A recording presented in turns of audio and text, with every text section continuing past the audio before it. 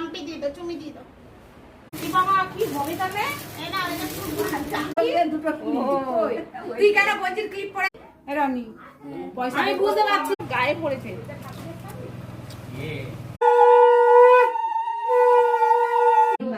তিনবার দিবি বুকে দিবি।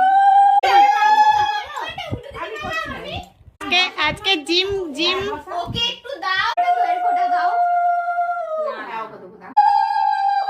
ওই তো দারুণ হয়েছে। পড়ে গেছিল নিয়ম একটা, তাই আবার দিচ্ছে এটা।